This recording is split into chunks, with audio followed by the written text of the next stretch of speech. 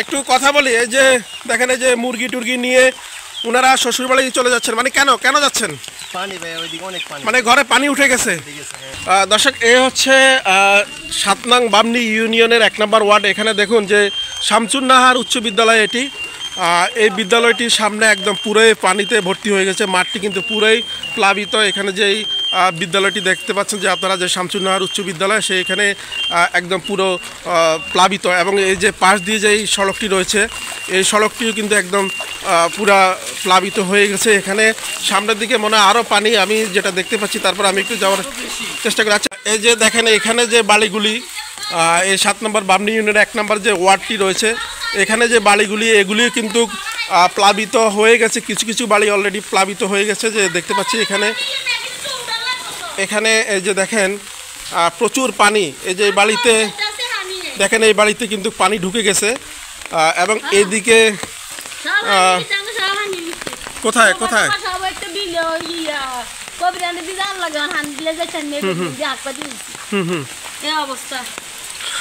এই যে দেখেন, এখানে একজন মুক্তিযোদ্ধার বাড়ি। আমি গত কিছুদিন আগে এখানে এসেছিলাম। দেখেন এই যে ওনার বাড়িটিও কিন্তু এখানে একদম প্লাবিত। দেখি, এই যে দেখেন একদম বাড়ির ভিতরে দেখতে পাচ্ছেন যে আমার ভিতরে একদম, এই যে দেখেন উনার ঘরের ভিতরে, আপনার ঘরের ভিতরে কি পানি ঢুকছে? পানি ঢুকছে। হ্যাঁ, কি অবস্থা কি অবস্থা? অবস্থা এখন খুবই মানে একেবারে গুরুতর। আমরা এখন চলাফেরা, খাওয়া দাওয়া সব বন্ধ হয়ে গেছে। ঠিকঠাক করার মতো কোনো জায়গা নাই, মানে এরকম অবস্থা। একজন বীর মুক্তিযোদ্ধা, উনি ওনার কথা শুনলেন যে ওনার আসলে, আপনার তো কিছু মাছের খামার ছিল, মাছের ঘের ছিল, গরু খামার ছিল। গরুর খামার, গরু বিয়েছে, গরু এখন কোথায়ও রাখতে পারি না, মানে গরু এখন পুরো পানির মধ্যে। দর্শক দেখেন, এই যে পুকুরগুলি, এই পুকুরগুলিতে কিন্তু মাছ চাষ হতো। এবং এইদিকে আমি যদি আরেকটু আপনাদেরকে দেখাই, যে দেখেন লোকজনের উপর কিন্তু আসলে ব্যাপক প্রভাব পড়েছে এবং জনজীবনে একটা বিপর্যয় অবস্থা নেমে এসেছে। দেখেন এখানে এই যে ওনারা মনে হয় আছে কিনা জানি না, নিচতলায়, আপনাদের কি নিচতলায় পুরা পানি? নিচতলায় পুরা পানি না? এই যে নিচতলা ওনাদের ডুবে গেছে। এদিকে আমি জানি না এদিকে সামনে যেতে পারবো কি না, তারপরও চেষ্টা করছি। এদিকে দেখেন একদম। আপনি কোথায় যাচ্ছেন? নানার বাড়িতে। কেন যাচ্ছেন? পানির কারণে চলে যাচ্ছেন, মানে ঘরের ভিতরে পুরো পানি উঠে গেছে। তো দর্শক শুনলেন যে আসলে এই যে একটা বিপর্যয়, যে দেখেন এই ইউনিয়নগুলিতে কিন্তু প্রচুর পরিমাণে, এখানে আমি যদি দেখাই যে এই ঘরের ভিতরে দেখেন, ঘরের ভিতরে একদম পুরো পানি ঢুকে গেছে। এই যে এখানে আরেকটি যদি দেখাই, এখানেও একই অবস্থা। দেখেন যে সেখানেও কিন্তু পানি ঢুকে গেছে এবং মানে জনজীবনের চরম একটা। আপনারা কোথায় যাচ্ছেন? দেখতে যাইতেছেন? আচ্ছা, ওনারা দেখতে যাচ্ছেন যে চরম একটা বিপর্যয় জনজীবনে, এই যে একটা বিপর্যয় নেমে আসা, এটি আসলে অকল্পনীয়। যে গত 3 দশকে মানুষ এই ধরনের অবস্থা দেখে নাই। আমি এই রাস্তাটা আসলে এত পরিচিত না, আমি একটু দেখি, একটু কথা বলি ওনার সাথে। ভাই, আপনি কোথায় যাচ্ছেন? কেন, মানে কি জন্য? বাড়িঘরে পানি উঠে গেছে। এখন এগুলি জিনিসপত্র নিয়ে যাচ্ছেন, পরিবারের লোকজনকে নিছেন? আচ্ছা, খাবারের কোনো বন্দোবস্ত আপনাদের আছে কিনা? মানে খাবারের কোনো বন্দোবস্ত নাই। দর্শক শুনলেন যে ঘরে পানি উঠে যাওয়ার কারণে বিভিন্ন আত্মীয় স্বজনের বাড়িতে তারা রওনা হয়েছেন। এই যে দেখেন, এখানেও আমি আপনাদেরকে দেখাই যে সামনে আরও কয়েকজন ভাই, ওনারা হয়তো কোথাও আশ্রয় নেওয়ার জন্য যাচ্ছেন। আপনারা কোথায় যাচ্ছেন ভাই?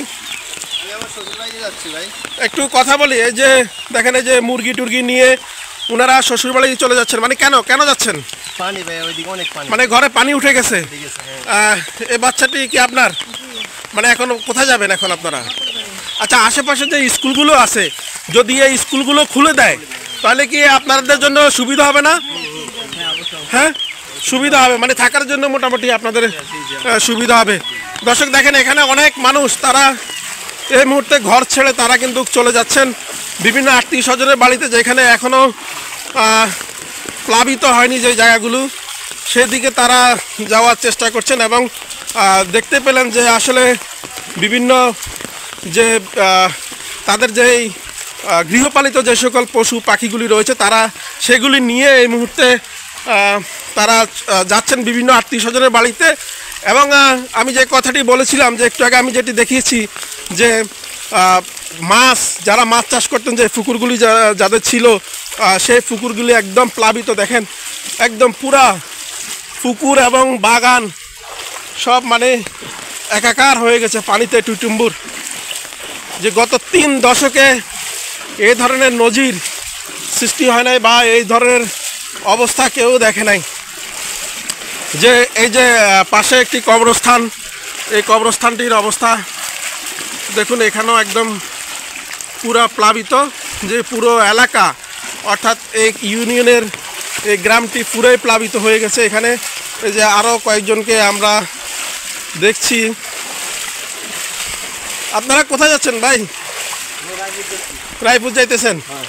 কি অবস্থা, ঘরে পানি টানি উঠছে? ঘরে পানি উঠছে, ঘরে পানি আছে হাঁটুর উপরে। তা এখন আশ্রয়ের জন্য কোনো কিছু খুঁজছেন কিনা? আশ্রয়ের জন্য আমার বড় ভাই দোতলা আছে, দোতলাতে উঠছি। দোতলায় উঠছেন, যা হোক। এই যে ভালো আছেন না? কি অবস্থা পানির, কি অবস্থা? ঘরে উঠে গেছে। আচ্ছা, আশেপাশে যদি স্কুল ভবনগুলো যদি খুলে দেওয়া হয় তাহলে আপনাদের উপকার হবে কিনা? উপকার হবে। তো দেখেন এই যে অবস্থা। এদিকে একটি মসজিদ আছে, এই যে মসজিদ, এখানে দেখেন এটি বাড়ি। এই বাড়ির সামনে তালিমুল কোরআন নুরানি মাদ্রাসা। এই মাদ্রাসার সামনে অলরেডি পানি চলে আসছে। এখানে একটি পিছনে যে বাড়িটি আপনারা দেখতে পাচ্ছেন, যে বাড়িটাও একই অবস্থা। এখানে আরও যে ঘরগুলো রয়েছে সেগুলি সব প্লাবিত। এখানে একটি মসজিদ দেখেন, এই যে মসজিদটি, এই মসজিদের অবস্থা দেখি আমরা একটু সামনে যাই। যে এটি কিন্তু আসলে এই যে জায়গাটি, এই রাস্তাটি কিন্তু আসলে পাকা একটি সড়ক। এটি পাকা সড়ক। আমি এখন যে রাস্তাটা দিয়ে আমি যাচ্ছি এটা হচ্ছে রায়পুর উপজেলা 7 নং বামনী ইউনিয়নের 1 নম্বর ওয়ার্ডে। যে দেখুন মসজিদ, এই মসজিদের সামনে আমি একটু আপনাদেরকে দেখাই। এই যে দেখেন ভিতরে যে পানি, টিউবওয়েল সব ডুবে গেছে। অর্থাৎ মসজিদের একদম যেই পাটাতন নিচের যেই অংশটি, সেই অংশটি কিন্তু একদম এখানে প্লাবিত এ পর্যন্ত। এবং এই যে দোকান, এটি দোকানগুলো সব পানির নিচে, দোকানের নিচের অংশগুলো সব পানির নিচে চলে গেছে। তো এ হলো অবস্থা। আমি আপনাদেরকে পরবর্তী আপডেটগুলো আপনাদেরকে জানানোর চেষ্টা করব ইনশাল্লাহ।